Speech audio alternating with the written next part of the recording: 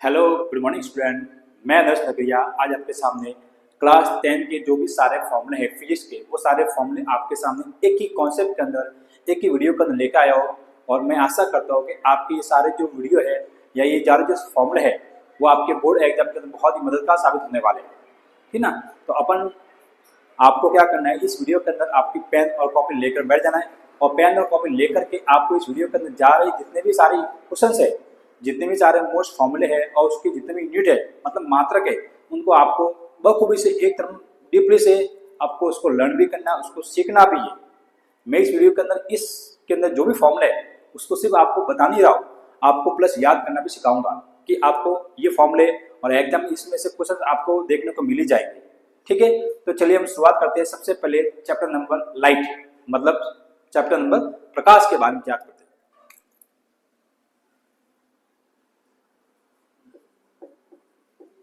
अगर चैप्टर जो लाइट है, अगर प्रकाश की बात की जाए तो इस चैप्टर के अंदर कौन कौन से फॉर्मूला आते हैं वो हमको देखना है।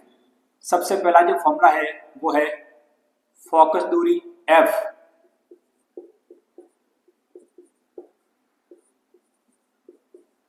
फोकस दूरी व वक्रता त्रिज्या जिसको हम बोलते हैं R में संबंध स्थापित कीजिए। ये प्रश्न हर बार एग्जाम में आपको देखने को मिल जाता है ना।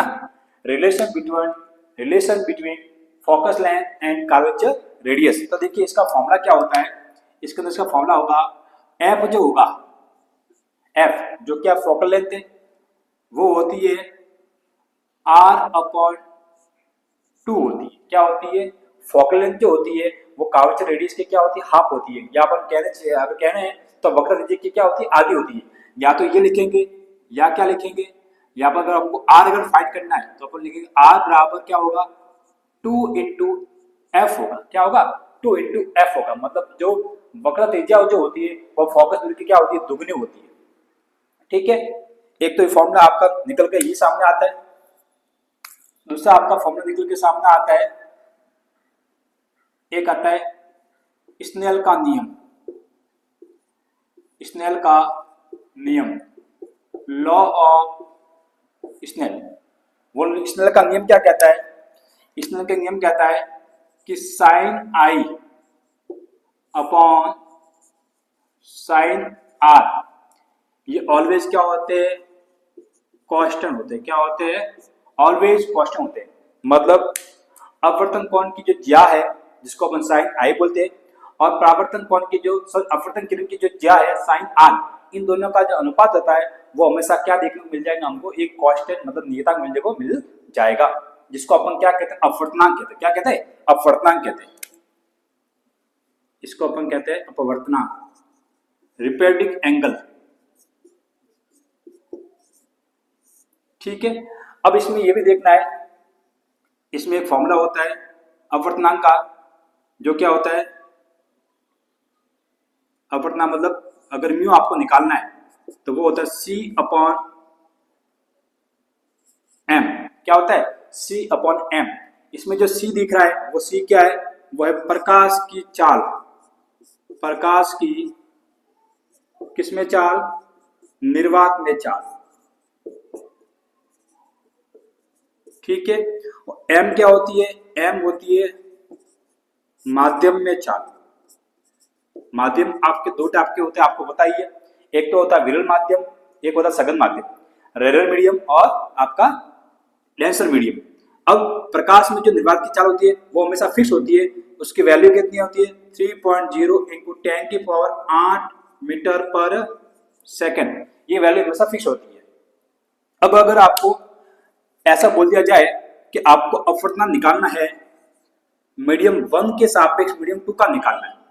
क्या निकालना है, मीडियम 1 के सापेक्ष मीडियम 2 का निकालना है, तो आपको देखना पड़ेगा अगर 1 के कंपेयर के अंदर 2 का अगर आपको निकालने का पूछ रहे हैं तो आपको देखना कि मीडियम 2 के अंदर इसकी स्पीड क्या होगी और मीडियम 1 के अंदर इसकी स्पीड क्या होगी। इन दोनों का रेशियो आपका हो जाएगा μ1:2। एक तो ये होता है। दूसरा आपका फॉर्मूला होता है, अगर आपको बोला जाए कि मीडियम 2 के कंपेयर में आपको 1 की निकालनी है, मीडियम 2 के कंपेयर में आपको 1 की निकालनी है, तो ऊपर फर्स्ट मीडियम के अंदर उसका स्पीड क्या है, और सेकंड मीडियम के अंदर इसकी स्पीड क्या है, उसका रेशियो जो हो जाएगा वो आपका हो जाएगा अपवर्तनांक, मतलब रिपीटिंग एंगल हो जाएगा। ठीक है, इसमें अपन एक एक चल रहे हैं।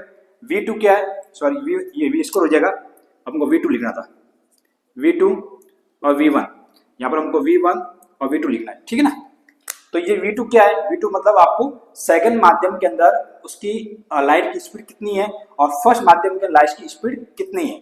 मतलब आपको बताइए कि रिफ्रैक्शन में होता क्या एक्चुअली में। रिफ्रैक्शन मतलब अपवर्तन जो होता है उसमें किरण एक माध्यम से दूसरे माध्यम में एंटर करती है ना, वन मीडियम से अनदर मीडियम में आपका एंटर करेगी, तब उसके दोनों मीडियम का तो उसकी स्पीड ऑफ चाल होगी, उसकी आपका जो वेग होगी वो क्या होगी, अलग अलग होगी। अब अलग अलग होने आपको दोनों का अनुपात निकालना, दोनों का रेशियो निकालना है, तो वो आपका निकल जाएगा अपवर्तनांक, मतलब रिपेटिक एंगल निकल जाएगा। ठीक है, अब हम बात कर लेते हैं, अगला फॉर्मूला है, एक फॉर्मूला आता है आपका लेंस सूत्र, फॉर्मूला निकल के आता है लेंस सूत्र, लेंस फॉर्मूला। जो फॉर्मूला क्या होता है, वो होता है 1/f is equal to 1/v minus 1/u। Clear, ये क्या है, लेंस सूत्र है। और एक ऐसा कैसा फॉर्मूला आता है दर्पण सूत्र, मिरर फॉर्मूला। ये क्या होता है, ये होता है 1/f इजिकल टू 1/v और ये होता है 1 प्लस में आता है 1/u। अब दोनों इस देखो फॉर्मूले में क्या डिफरेंस क्या है, इन दोनों फॉर्मूला अगर मिरर का पूछे, दर्पण का पूछे तो इसमें बीच में साइन लगाना प्लस का, और इसका पूछे बीच में साइन लगाना माइनस का। अब यहाँ पर ये देखना ये कि इसमें सर f है, v है, u ये है क्या एक्चुअल में। यहाँ पर आपको जहां पर आपको f दिख रहा है, ये f क्या है, ये f है फोकस दूरी, फोकल लेंथ। क्लियर, यहाँ पर जो v दिख रहा है, v क्या है, प्रतिबिंब की दूरी, length of image, length of image, प्रतिबिंब की दूरी। और यहाँ पर जो u दिख रहा है वो क्या है, बिंब की दूरी, length of object, length of object. ठीक है, ये आपके निकल के सामने आ गया। साथ में अपन बात करते हैं ये लेंस जो है, तो लेंस के अंदर लेंस के आवर्तनता का सूत्र ज्ञात करते हैं, लेंस के आवर्तनता का सूत्र ज्ञात करते हैं। अब देखो एक लेंस का आवर्तनता, एक होता है दर्पण का आवर्तनता मतलब मैग्निफिकेशन। दोनों का फॉर्मूला अपन साथ में निकालेंगे क्योंकि दोनों का फॉर्मूला सेम है। अगर लेंस का निकालना है तो बेटा लेंस का आवर्तन मतलब क्या होता है, मैग्निफिकेशन होता है। ओके, क्या होता है, मैग्निफिकेशन होता है। उसका फॉर्मूला क्या होता है, h डैश अपॉन h, क्या होता है, h डैश अपॉन h। अब h डैश क्या है, h क्या है, मैं आपको बताऊंगा। ठीक है, अगर आपको क्वेश्चन में इमेज ऑफ हाइट दे रखी हो और हाइट ऑफ ऑब्जेक्ट दे रखा हो, मतलब प्रतिबिंब की लंबाई और बिंब की लंबाई दे रखी हो, तो दोनों का रेशियो निकाल के आप उसका मैग्निफिकेशन, उसके आवर्तन निकालते हो कि बिंब जो है, सॉरी प्रतिबिंब जो है वो बिंब से कितना गुना बड़ा है या कितना गुना छोटा है। लेकिन अगर आपको ये दोनों दे नहीं रखे हो तो आपको क्या करना है, यहाँ का फॉर्मूला देखो, लेंस का फॉर्मूला माइनस में, तो इसका आएगा हमेशा प्लस में। आपको v और u से आपको निकालना है, और v u से कैसे निकालें, इसका करना पड़ेगा क्रॉस मल्टीप्लाई, और क्रॉस मल्टीप्लाई करने के बाद आपको h डैश जो फाइंड करना होता है, जो निकालना होता है, वो आप इससे अच्छे प्रकार से निकाल पाओगे। दर्पण के अंदर इसका अगर फॉर्मूला प्लस में तो ये आ जाएगा माइनस में, m बराबर h डैश, और h तो इसमें लिखना ही है, और ये हो जाएगा माइनस v अपॉन u। बस इसका फॉर्मूला प्लस में तो इसका मैग्निफिकेशन होगा माइनस में, इसका अगर फॉर्मूला माइनस में तो इसका मैग्निफिकेशन होगा प्लस में। क्लियर, यहां तक क्लियर है। अब इसमें नोट आपको ध्यान है, इसमें नोट क्या ध्यान रखना है, नोट में ध्यान है कि m की वैल्यू दो टाइप से आती है। m की वैल्यू या तो आएगी पॉजिटिव या m की वैल्यू आएगी नेगेटिव। तो m की वैल्यू आप जब क्रॉस मल्टीप्लाई करोगे, क्रॉस मल्टीप्लाई करने के बाद जो इसकी वैल्यू निकल कर आती है, जो इसकी आंसर निकल कर आता है, वो आंसर कुछ न कुछ तो नंबर होगा, या तो पॉइंट में आएगा, है ना, या फिर कोई फिक्स वैल्यू नंबर आएगा। अब वो नंबर आता है या तो पॉजिटिव में आएगा या किस में आएगा, नेगेटिव में। तो उसके नंबर के आगे जो साइन लगा होता है प्लस और माइनस, उसका मीनिंग क्या होता है। अगर देखना आपको, अगर m की वैल्यू माइनस में आती है तो इसका मतलब प्रतिबिंब कैसा है, प्रतिबिंब होगा आपका वास्तविक। कैसा होगा, प्रतिबिंब कैसा होगा, वास्तविक। इमेज कैसे होगी, इमेज आपका बनेगा रियल। और वास्तविक होता है वो हमेशा कैसा होता है, वो हमेशा होता है उल्टा, मतलब होता है इन्वर्ट। क्या होता है, इन्वर्ट।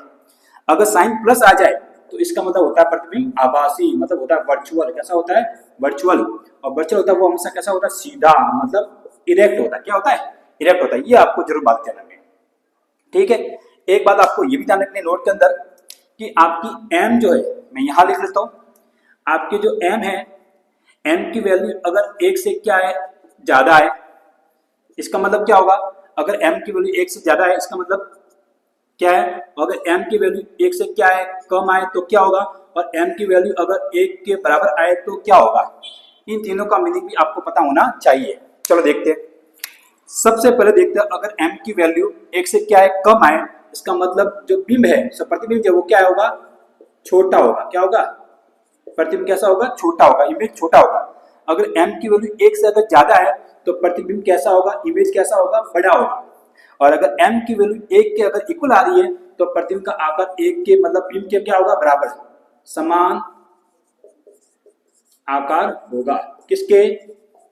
जितनी लंबाई आपके ऑब्जेक्ट की होगी उतनी की उतनी लंबाई आपके इमेज की भी होगी। मतलब जितना आकार आपका बिंब का होगा उतना का उतना आकार आपके किसका होगा? प्रतिबिंब का भी होगा। ठीक है, तो इसको एक बार आप उतार लीजिए, फिर अपन नेक्स्ट देखते हैं। चलिए देखिए, अब हमारे बचा है, एक बचा है लेंस की क्षमता, पावर ऑफ लेंस। क्या बचा है? Power of lens. ठीक है, तो देखो लेंस की क्षमता क्या होती है? लेंस की जो क्षमता होती है उसको अपन डिनोट किससे करते हैं? उसको अपन डिनोट करते हैं पी से। क्या करते हैं? पी से। और इसका फॉर्मूला होता है 1/f। क्या होता है? 1/f। ये फॉर्मूला कब होगा? जब f आपकी कब हो? ये फॉर्मूला जब f किस में हो? जब f मीटर में हो तो फॉर्मूला कौन सा वाला अप्लाई होगा? P equal to 1/f। और इसका एक फॉर्मूला और होता है P बराबर 100/f। ये कब होगा? जब f किस में हो? जब f सेंटीमीटर में हो। तो इसमें आपको बारीकी से ध्यान रखना है, एग्जाम के अंदर क्वेश्चन दिया हुआ आएगा। अगर f मीटर में है तो अपन 1/f करना, और अगर f सेंटीमीटर में है तो 100/f करना। ठीक है, प्लस इसकी अगर बात की जाए इसकी मात्रक की, कि इसका यूनिट क्या होता है, तो इसका यूनिट होता है डायोप्टर। क्या होता है? इसका यूनिट होता है डायोप्टर, जिसको अपन डिनोट करते हैं डी से। किससे डिनोट करते हैं? डी से। चलिए अब बात करते हैं प्रतिबिंब का निर्माण।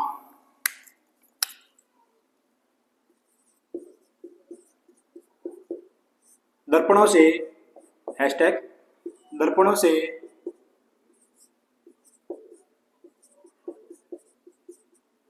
प्रतिबिंब का निर्माण।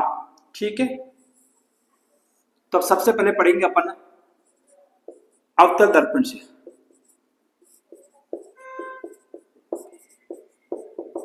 अवतल दर्पण से अब सबसे पहले देखनी है, इसमें अपन लिखेंगे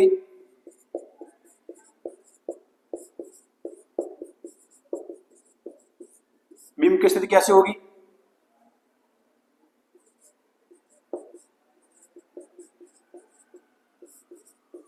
तो प्रतिबिंब कहां बनेगा? एक ये होगा। फिर पढ़ेंगे इसकी प्रकृति क्या होगी। ठीक है, तीन चीजें पढ़नी हमको। तो देखिए सबसे पहले बिंब किससे अगर बात की जाए तो नंबर एक, जब बिंब कहां पर हो? जब बिंब अनंत पर हो, मतलब इनफाइनाइट पे हो। दूसरा, जब बिंब कहां पर हो? सी से परे हो, फार अवे फ्रॉम सी। जब बिंब आपका कहां पर हो? सी पर हो। कहां पर हो? सी पर। और नेक्स्ट है कि जब बिंब आपका सी व एफ के मध्य हो। और पांचवा है जब कहां पर हो? एफ पर हो। और लास्ट एंड फाइनल जो होता है जब एफ व ओ के क्या हो? मध्य में हो। ठीक है, तो 6 सिचुएशन बनती है अवतल दर्पण के ऊपर।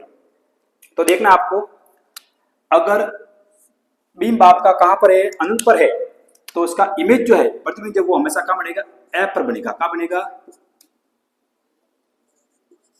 बनेगा? एफ पर। अगर वो सी से परे हो, क्या हो, सी से परे हो तो वो बनेगा एफ सी के मध्य बनेगा। जब वो सी पर हो तो वो सी पर ही बनेगा, ठीक से। अब देखो जब सी व एफ के मध्य हो, अब देखो जब सी से परे था तो बना का था एफ व सी के मध्य। अब ऑब्जेक्ट है वो सी व एफ के ऊपर है तो बनेगा कहां पर, सी से परे, जस्ट इसका उल्टा, सी से परे बनेगा। अब जब एफ पर हो तो यहाँ पर देखो एफ पर था तो कहां बना था, इंफाइनाइट पर, तो इसका अब जब एफ पर हो तो वो बनेगा अनंत पर, कहां बनेगा, अनंत पर बनेगा। अब जब एफ ओ के मध्य हो तो कब बनेगा, दर्पण के पीछे बनेगा, ठीक है। अब इसमें जितने प्रतिबिंब चाहे ये हो, ये हो, ये वाला, ये वाला और ये वाला, ये पांचों प्रतिबिंब, ये पांचों इनकी बड़ा वास्तविक प्रकृति कैसे होगी, वास्तविक होगी और उल्टी होगी, सिर्फ एक को छोड़कर। ये कैसा होगा, ये होगा आपका आभासी और सीधा, कैसा होगा, आभासी और सीधा। तो ये है अवतल दर्पण के द्वारा बिंब का निर्माण। अब स्वयं पढ़ते अपन उत्तल लेंस से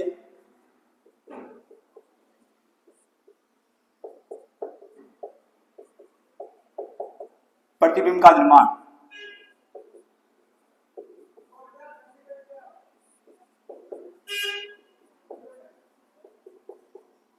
ठीक है, तो इसके अंदर आपने 3 ऑप्शन पढ़ेंगे। एक तो पढ़ेंगे अपन बिंब की स्थिति, पोजीशन ऑफ ऑब्जेक्ट, एक पढ़ेंगे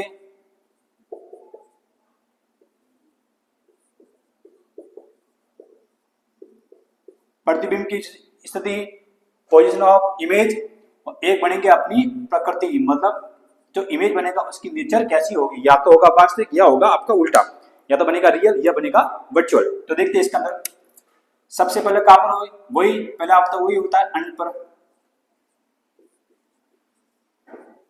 दूसरा आपका होगा 2f1 से परे। तीसरा होगा जब वस्तुकार पर हो 2f1 पर हो। चौथा होगा 2f1 व f1 के क्या हो, मध्य में हो। और पांचवा बनेगा f1 पर हो, और लास्ट छठा बनेगा f1 व p के मध्य हो, ठीक है। तो ये 6 इसमें भी बन रही है और 6 की 6 स्थिति इसके अंदर भी बन रही है। देखना है जब अनंत पर होता है तो यहाँ पर देखो, जब अनंत पर था तो बना का था फोकस पर, तो यहाँ बनेगा फोकस पर। बट ये याद रखना है कि इधर वाली डिस्टेंस होती है f1 और इधर वाली डिस्टेंस होती है f2, तो बनेगा आपके f2 पर, कहां बनेगा, f2 बनेगा। जब 2f1 से परे, जब परे हो तो क्या बनता है, बीच बनता है, तो यहाँ बनेगा बीच, बीच वाला कौन सा, ये वाला 2f2 व f2 के मध्य, 2f2 व f2 के मध्य बनेगा। जब 2f1 पर हो, जब C पर हो तो C पर, 2f1 पर हो तो 2f2 पर। अब जब मध्य हो तो यहां पर अब ये आएगा 2f2 से परे, 2f2 से परे। और जब f1 पर हो तो देखो ये f अनंत पर था तो f2 पर, अब f1 पर तो अनंत पर, तो ये बन जाएगा आपका अनंत पर। अब जब ये होगा तो ये बनेगा लेंस के कारण हो जाएगा, पीछे बनेगा, ठीक है। अब इस तीनों के अंदर जो 6 स्थिति आ रही है, 6 में से 5 स्थिति आ रही है, इसके अंदर इसकी प्रकृति कैसी होगी, एक तो होगी वास्तविक होगी और कैसी होगी, उल्टी होगी। और जो ये एक बन रहा है, जो एक बन रहा है इसके अंदर कैसे होगी, आभासी होगी। आभासी होगा कैसा होगा, हमेशा सीधा होगा, ठीक है ना। आभासी होगा कैसा होगा, सीधा। इसमें इसके अंदर में से भी आपको बोर्ड के अंदर अक्सर क्वेश्चन देखने को मिल जाएंगे, 1 या 2 क्वेश्चन तो आपको देखने को मिल जाएंगे, ठीक है ना। अब हम बात करते हैं नेक्स्ट चैप्टर इलेक्ट्रिसिटी, मतलब विद्युत के बारे में। अब अपना चैप्टर है विद्युत, जिसको हम बोलते हैं इलेक्ट्रिसिटी, इलेक्ट्रिसिटी, ठीक है। तो देखिए बच्चों, इसके अंदर सबसे पहले जब फॉर्मूला निकल के आता है वो आता है आवेश का। इसका आता है आवेश। आवेश का मतलब क्या होता है? क्यू होता है। क्या होता है? क्यू। और इसका जो फॉर्मूला होगा वो होगा एन इंटू ई। क्या होता है? एन इंटू ई। अब एन ई है तो इसमें एन क्या है? तो ध्यान रखना आपको, इसमें जो एन दिख रहा है वो एन क्या है और ई क्या है? एन तो क्या है? एन तो है आपका नंबर ऑफ इलेक्ट्रॉन। ठीक है, मतलब इलेक्ट्रॉन की संख्या कितनी है, कितने इलेक्ट्रॉन को ऊपर उसका आवेश ज्ञात करना है, कितने इलेक्ट्रॉन को ऊपर उसका आपको चार्ज को कैलकुलेट करना है, तो वो यहाँ पर लिखना है। अगर 2 का पूछे 2 का, 3 का पूछे 3 का, तो उसको इतने से मल्टीप्लाई करना है। और ई का मतलब होता है इलेक्ट्रॉन पर आवेश। इलेक्ट्रॉन पर आवेश, चार्ज ऑन इलेक्ट्रॉन, जो कितना होता है वो होता है 1.6 इंटू 10⁻⁻19 कूलाम। क्या होता है? कूलाम। ठीक है, अब इसमें बात करते हैं कि इसका यूनिट क्या होगा। तो चार्ज है, आवेश है, इसका यूनिट होता है कूलाम। क्या होता है? कूलाम, मतलब सी। क्लियर? एक तो इसका फॉर्मूला ये वाला होता है। एक अगर बात करें, एक फॉर्मूला आता है विद्युत धारा का, मतलब इलेक्ट्रिक करंट का। तो करंट को डिनोट किससे करते हैं? आई से करते हैं। आई बराबर क्या होता है? आई बराबर होता है Q अपॉन T होता है। क्या होता है? आवेश प्रवाह की दर को अपन क्या कहते हैं? धारा कहते हैं। ठीक है, तो ये इसका फॉर्मूला आ गया।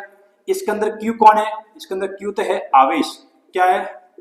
आवेश। और T कौन है? समय। T कौन है? समय। ठीक है, अगर आपको पूछे कि इस विद्युत धारा जो है इसका ऐसा ही मात्र क्या होता है, ऐसा यूनिट, वो तो आपको पता ही है क्या होता है? एम्पियर। क्योंकि ऐसा यूनिट लगभग सब बच्चों ने याद कर है। लेकिन एग्जाम में आपको मार्क देने के लिए क्या आएगा, आपको ऐसा यूनिट ना पूछ करके आपको उसके जनरल यूनिट मतलब साधारण यूनिट पूछेंगे, तो आपको कैसा लिखना है? तो या इसका आंसर क्या होता है, या इसकी यूनिट क्या होती है, या इसका मतलब देखो आवेश है, तो आवेश का मात्रक क्या हो जाएगा? कूलाम। ठीक है, और समय का मात्रक क्या है? सेकंड। तो क्या हो जाएगा? कूलाम बटा सेकंड। कूलाम बटा सेकंड, या तो ये लिखेंगे या लिखेंगे कूलाम का कूलाम, और सेकंड के ऊपर जाएगा तो ये हो जाएगा second inverse. Coulomb into second inverse. तो आपको याद रखना है, इसका ऐसा मात्रक पूछे तो एम्पियर, और इसका जनरल मात्रक पूछे तो कूलाम बटा सेकंड या कूलाम सेकंड इनवर्स। ठीक है, नेक्स्ट एक फॉर्मूला और है आवेश का। एक फॉर्मूला और है आवेश का, Q बराबर, अगर मुझे Q इससे निकालना है तो इसका आपस में क्या होगा? मल्टीप्लाई होगा। तो Q बराबर फॉर्मूला I इंटू टीवी होता है।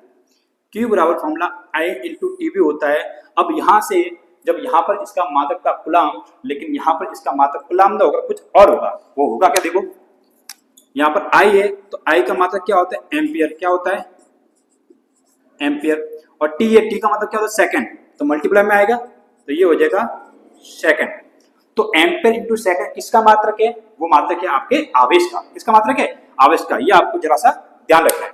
ठीक है, नेक्स्ट अब बात करते हैं अपन विद्युत विभव, इलेक्ट्रिक पोटेंशियल। इलेक्ट्रिक पोटेंशियल इसको अपन डिनोट करते हैं V से। किससे डिनोट करेंगे? V से। तो इसका फॉर्मूला क्या होता है? इसका formula W upon Q। W upon Q मतलब एकांक धनावेश को जब अनंत से विद्युत क्षेत्र में लाने के लिए जितना कार्य करना पड़ता है, कार्य मतलब W, जितना कार्य करना पड़ता है वह कार्य विद्युत विभव मतलब इलेक्ट्रिक पोटेंशियल कहलाता है। ठीक है, तो इसके अंदर फॉर्मूला निकल के ये आता है। अगर आपको पूछे कि इसकी ऐसा यूनिट क्या है, इसका SI मात्रक क्या है, तो वो तो सबको पता ही है, मतलब क्या होता है? वोल्ट। क्या होता है? वोल्ट। लेकिन आपको वोल्ट ना देकर एग्जाम में कुछ अलग दिया हुआ है, तो वो कैसा होगा? देखो यहाँ पर W, तो W का मात्रक क्या होता है? जूल होता है। W मतलब कार्य, और कार्य का मात्रक क्या होता है? जूल। और कूलाम है, कूलाम का मात्रक क्या होता है? सॉरी, चार्ज आवेश है, आवेश का मात्रक क्या होता है? कूलाम। तो इसका मात्रक हो जाएगा जूल बटा कूलाम। क्या हो जाएगा? जूल बटा कूलाम। या तो ये लिखेंगे या क्या लिखेंगे? जूल। कूलाम अगर ऊपर आ जाएगा तो कूलाम के अंदर इनवर्स आ जाएगा। क्या आ जाएगा? -1, तो ये हो जाएगा। ठीक है, अब इसमें से एक फॉर्मूला और भी आता है। अगर आपको इससे ही फॉर्मूला W निकालना है, क्या निकालना है? W आपको कार्य निकालना है। कभी कभी एग्जाम में कार्य पूछते हैं, जब ये निकालता इसका आपस में क्या होगा? मल्टीप्लाई होगा। तो V इंटू हो जाएगा Q। क्या हो जाएगा? V into Q। तो ये हो जाएगा कार्य। कार्य का मतलब क्या होता है? कार्य किसमें व्यय होता है? कार्य होता है ऊर्जा में व्यय, किसमें होता है? कार्य होता है ऊर्जा में व्यय, तो ये होता है P इंटू क्यू। तो इसका मात्रक क्या होगा? ऐसा तो हमको पता है कि जो कार्य है, कार्य का मात्रक क्या होता है? जूल होता है, लेकिन अगर इस फॉर्म में आ जाए तो कार्य का मात्रक क्या होगा? कार्य का मात्रक होगा V का मतलब वोल्ट और Q का मतलब कूलम। तो कार्य का मात्रक क्या होगा? Volt into coulomb, V into coulomb. समझ में आ गया? ठीक है, अब हम आगे देखते हैं। आगे एक देखिए, अब बात करते हैं अपन ओम का नियम। ओम का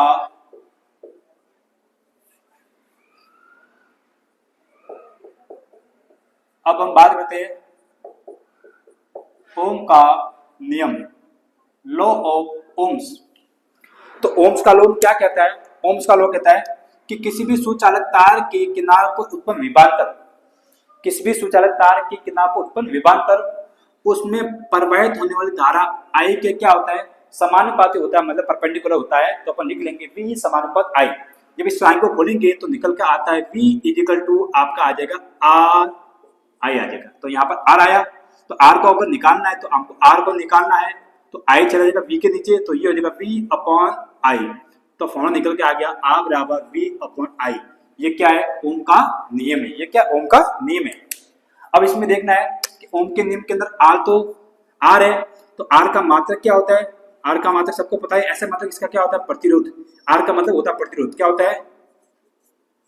R का मीनिंग होता है प्रतिरोध, मतलब रेजिस्टेंस। क्या होता है? रेजिस्टेंस। और इसका अगर मात्रक की बात की जाए तो इसका मात्रक होता है ओम। क्या होता है? ओम होता है, जिसका साइन ये वाला होता है। ठीक है, लेकिन आपको अगर ऐसे मात्रक में पूछ करके आपको साधारण मात्रक पूछे तो देखो आपको निकालना चाहिए। अगर किसी भी चीज का अगर आपको उसका फॉर्मूला अगर फाइंड है, पता है, तो आपका उसको जनरल फॉर्मूला भी आप उसका जनरल मात्रक भी निकाल सकते हो। तो देखो इसका जनरल मात्रक क्या होगा? V है, तो V का मात्रक होता है वोल्ट। ठीक है, और इसका मात्रक होता है एम्पियर। तो इसका जनरल मात्रक क्या होगा? Volt upon ampere. किसका मात्रक है? प्रतिरोध का, रेजिस्टेंस का। ठीक है, तो ये निकल के सामने आ गया। अब देखो इसके अंदर आता है श्रेणी क्रम संयोजन, प्रतिरोध का श्रेणी क्रम संयोजन। अगर इसका फॉर्मूला पूछे तो इसका फॉर्मूला क्या होगा? इसका फॉर्मूला होगा R इजिकल टू श्रेणी क्रम में जितने भी प्रतिरोध आपके दे रखे उसको ऐसे का ऐसे आपको जोड़ना है। तो ये हो जाएगा R बराबर R1 plus R2 plus R3 सो इनफाइनाइट R n तक जितनी प्रतिरोध है उन सब प्रतिरोध को आपस में जोड़ना है। ठीक है, नेक्स्ट आपका फॉर्मूला है समांतर क्रम का।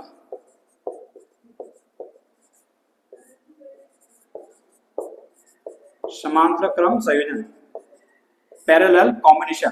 तो इसका फॉर्मूला आपको पता ही है, इसका फॉर्मूला होता है 1 upon R equal to 1 upon R1 equal to 1 upon R2 plus 1 upon R3 plus so dash 1 upon Rn तक जितने भी रेजिस्टेंस है उस सबको आपको अपॉन के अंदर प्लस करते हुए जाना है। ठीक है, तो ये हो जाएगा आपका समांतर क्रम का फॉर्मूला। ठीक है, अब हम आगे चलते हैं। अब हम बात करते हैं विद्युत शक्ति, मतलब इलेक्ट्रिकल पावर के बारे में बात करते हैं। ठीक है, इलेक्ट्रिक पावर। तो विद्युत शक्ति जिसको अपन डिनोट किससे करेंगे? इसको अपन डिनोट करने वाले हैं P से, क्योंकि शक्ति का मतलब पावर, और पावर का डिनोट किससे होगा? P से होगा। ठीक है ना, तो शक्ति क्या होती है? कार्य करने की क्षमता। कार्य मतलब W अपॉन T। तो ये इसका फॉर्मूला होता है P equal W upon T। Clear? अब आपको देखना है, चूंकि W जो होता है वो V इंटू Q के बराबर होता है। अभी हमने जस्ट विद्युत विभव के अंदर पढ़ा था V बराबर W अपॉन Q होता है, तो W निकालना होगा तो V इंटू Q का क्या हो जाएगा? मल्टीप्लाई हो जाएगा। तो मैं इस वैल्यू को मैं यहाँ पुट कर सकता हूँ, बिल्कुल कर सकता हूँ। तो वैल्यू निकल के सामने आ जाएगी P equal to W equal V आ गया, तो V into Q upon T। Clear? अब आपको देखना है यहाँ पर कि इसके अंदर ये जो W Q अपॉन जो T निकल के सामने आया है, इसको देखकर कुछ याद आ रहा होगा। T अपॉन T क्या होता है? आवेश प्रवाह की दर। आवेश प्रवाह की दर क्या कहलाती है? विद्युत धारा कहलाती है। तो इसकी जगह मैं आई रख सकता हूँ, तो फॉर्मूला हो जाएगा P equal to V into I हो जाएगा। क्या हो जाएगा? P equal to V into I. निकल के आ गया। अब आपको पता है V इजिकल टू क्या होता है? V इजिकल टू होता है IR। क्या होता है? ओम के नियम से V इजिकल टू IR। तो मैं इस V की वैल्यू जो IR है इसको मैं पुट यहाँ करूंगा इस V की जगह, तो फॉर्मूला हो जाएगा V बराबर V की जगह ये हो गया तो I इंटू R इंटू में I है ये। अब I दो बार है तो I दो बार है तो I का हो जाएगा स्क्वायर और ये हो जाएगा R। तो फॉर्मूला निकल के ये आएगा I स्क्वायर अपन R। ठीक है। अब आपको अगर चाहे तो फॉर्मूले को और आगे बढ़ा सकते हैं। R बराबर क्या होता है? R बराबर V अपॉन I होगा। पता है कि नहीं पता? तो मैं अगर V अपॉन I यहाँ लिख सकता हूँ तो ये हो जाएगा P बराबर I स्क्वायर। तो ऐसा कैसा है? ये R की जगह आ जाएगा V अपॉन I। इस I से एक I कट जाएगा तो यहाँ एक I बच गया, तो वापस फॉर्मूला निकल के आ जाएगा आपका V इंटू आई। तो देखो फॉर्मूला इसके अंदर मोस्ट कौन कौन से, अब बोलेंगे सर फॉर्मूले तो सारे, कौन कौन से फॉर्मूला उनको याद करने? तो एक तो V इंटू आई ये वाला, एक आ जाएगा P बराबर I R स्क्वायर R, एक बार ये तो और आ गया। एक आपको फॉर्मूला ये रखना है P बराबर W अपॉन Q, P बराबर W अपॉन Q। ठीक है। अब इसके अंदर आपको देखना ये भी है कि ये जो P आ रहा है शक्ति, इसका मात्रक क्या होता है? इसका मात्रक होता है वाट। इसका मात्रक क्या होता है? वाट। वो छोटा मात्रक है। क्या है? छोटा मात्रक है। लेकिन अगर आपको पूछे कि इसका बड़ा मात्रक क्या होता है, तो बड़ा मात्रक पूछे तो बड़ा मात्रक क्या आएगा? किलोवाट। क्या आएगा? किलोवाट। ठीक है। तो ये आपका, और आपको ये भी देखना है कि 1 किलोवाट में, 1 किलोवाट में कितने वाट होते हैं? 1 किलोवाट में 1000 वाट होते हैं। कितने होते हैं? 1 किलोवाट में 1000 वाट होते हैं। तो ये आपका निकल कर सामने आ गया। ठीक है। एक फॉर्मूला और भी है, लेकिन उससे पहले अपन कुछ और याद करते हैं। आपको कभी तो पूछते हैं, एक होता है ऊर्जा व्यय का फॉर्मूला। ऊर्जा व्यय, ऊर्जा व्यय क्या मतलब क्या होता है? इसके क्वेश्चन क्या आते हैं ऊर्जा व्यय के अंदर? आपको क्वेश्चन ये पूछेंगे कि एक कोई रेफ्रिजरेटर है या कोई टीवी है जो इतने वॉट की, उसकी आपको पावर दे रखी होगी, वो आपको बोलेंगे ये पर घंटे इतना इतना वर्क कर रही है, तो बताइए इसका द्वारा ऊर्जा व्यय कितना होगा? तो इसका फॉर्मूला आपको निकालना है। ऊर्जा व्यय मतलब E है, या चाहे आप क्या कहो निकालो, तो इसका होगा P इंटू टी अपॉन में 1000। क्या हो जाएगा? P इंटू टी अपॉन में 1000। और यहाँ पर जो ऊर्जा व्यय आ रहा है, इसका जो मात्रक है, इसका मात्रक होता है, एक तो मात्रक दो होते हैं, इसका एक तो मात्रक है किलोवाट घंटा, किलोवाट आवर, या इसका मात्रक होता है यूनिट। क्या होता है? यूनिट। ठीक है। और कभी कभी आपको ये पूछ लेते हैं कि बताइए 1 किलोवाट घंटा में कितने जूल होते हैं? 1 किलोवाट आवर के अंदर जूल कितने होते हैं? तो आपको इसमें याद रखना है 3.6 इंटू 10 की पावर 6 जूल होते हैं। कितने होते हैं? 1 किलोवाट घंटा में 3.6 इंटू 10 की पावर 6 जूल होते हैं। एक तो ये पूछ लेते हैं, और कभी कभी आपको ये पूछ लेते हैं कि एक अश्व शक्ति मतलब 1 हॉर्स पावर, 1 हॉर्स पावर में कितने वाट होते हैं? तो वो आपको याद रखना है 740 वाट होते हैं 1 हॉर्स पावर में। ये भी आपको ध्यान रखना है। ठीक है। ये आ गया फॉर्मूला। अब एक फॉर्मूला और बचा है जिसको अपन कहते हैं विद्युत धारा का ऊष्मीय प्रभाव। विद्युत धारा का ऊष्मीय प्रभाव, heating law of electric current, जिसको अपन क्या कहते हैं? जूल का तापन नियम भी कहते हैं। क्या कहते हैं? जूल का तापन नियम भी कहते हैं। अब देखो ये कैसे आएगा, ये आपको ध्यान रखना है। जैसे कि आपको पता है कि Q equal to I into T होता है, ये सबको पता है। इसको अपन साइड में लिख लेते हैं क्योंकि इसका अपन काम बढ़िया है। इसको हम सिर्फ उनके इसका सिर्फ हमको सारा लेना है। Q equal to I into T होता है। ठीक है। अब आपको पता है कि उसमें प्रभाव जो होगा वो प्रभाव कब आएगा? जब कोई भी अगर सुचालक इक्विपमेंट है, कोई भी अगर सुचालक यंत्र है, तो वो जब कार्य करेगा तो जो किया गया कार्य है वो किसके अंदर व्यय होगा? उसके ऊष्मा में। तो कार्य हमको निकालना पड़ेगा, तो W बराबर आपको पता है V इंटू क्यू होता है। W बराबर क्या होता है? V इंटू क्यू होता है कि मतलब अब क्या करता हूँ, Q is equal to INT होता है, तो मैं यहाँ रख सकता हूँ इसकी वैल्यू। तो ये फॉर्मूला जब इसकी वैल्यू मैं यहाँ पुट करूंगा तो फॉर्मूला निकल के आ जाएगा W बराबर V इंटू यहाँ पर आ जाएगा I इंटू टी। क्या हो जाएगा? I into T. ठीक है, अब आपको पता है INT आ गया। I की वैल्यू बताइए, I बराबर क्या होता है? I बराबर होता है V अपॉन R होता है। I बराबर होता है V अपॉन R। तो इसकी वैल्यू मैं यहाँ पर कर ले सकता हूँ। तो W बराबर हो जाएगा V इंटू आई की value V upon R into T. तो ये फॉर्मूला आ जाएगा V इंटू V स्क्वायर। तो W बराबर V स्क्वायर टी अपॉन में R, ये फॉर्मूला निकल के सामने आ जाएगा। तो इसको अपन क्या कहते हैं? क्या गया कार्य। और क्या गया कार्य किसके समान होता है?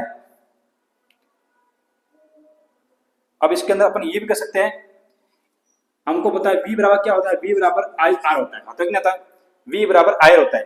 तो इस V की जगह मैं आई लिख सकता हूँ, बिल्कुल लिख सकता हूँ। तो फॉर्मूला देखो, फॉर्मूला क्या हो जाएगा?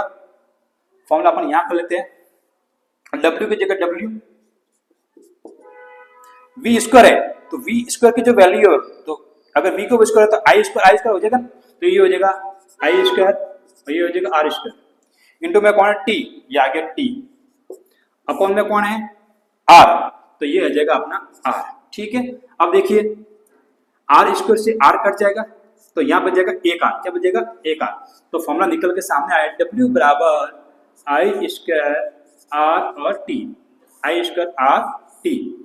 अब मैंने अभी को बोला है अभी कि किया गया जो कार्य है, किया गया जो कार्य है उसमें किस बार होता है? उष्मा के, उत्पन्न उष्मा को भी जो भी इक्विपमेंट होते हैं, जो भी जैसे आपने पढ़ा होगा माइक्रो ओवन है, टोस्टर है, प्रेस है, ये सारे होते हैं, उसमें जो भी कार्य हो रहा है वो उसमें उत्पन्न उष्मा के बराबर होता है। क्योंकि आपको पता है उसमें सारे का सारे कार्य किसमें खर्च होता है? इसके अंदर उत्पन्न उष्मा के। तो क्या गया कार्य किस पर बराबर होगा? उत्पन्न उष्मा के। तो कार्य बराबर W बराबर H हो जाएगा। तो ये हो जाएगा आई स्क्वायर आर टी, ये हो जाएगा उत्पन्न उष्मा आई स्क्वायर आर टी। और इसी को अपन क्या कहते हैं? जूल का तापन नियम। क्या कहते हैं? जूल का तापन नियम। उष्मा का मात्रक क्या होता है? जूल होता है। क्लियर? सब समझ आ गया? अच्छे से इसको आपको अच्छे से उतारना है। नेक्स्ट है चुंबकीय क्षेत्र का, जिसको अपन कहते हैं मैग्नेटिक फील्ड।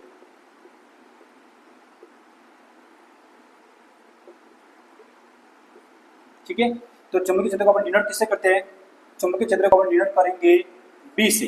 किससे करेंगे? बी से। और इसका फॉर्मूला होता है 1 अपॉन आर। क्या होता है? 1 अपॉन आर। आर का मतलब क्या होता है? जैसे जैसे दूरी बढ़ेगी, जैसे जैसे दूरी बढ़ेगी उसके चुंबकीय क्षेत्र का मान घटता जाएगा। मतलब केंद्र से अगर मान लो चुंबकीय क्षेत्र अगर यहाँ पर है तो इससे इसकी दूरी बढ़ रही है, वैसे वैसे चुंबकीय क्षेत्र है उसकी तीव्रता जो है, उसकी इंटेंसिटी जो है वो धीरे धीरे कम होती जाएगी। बात करते हैं इसके मात्रक की, तो इसके पद्धति दो है। इसका MKS पद्धति में मात्रक क्या होता है?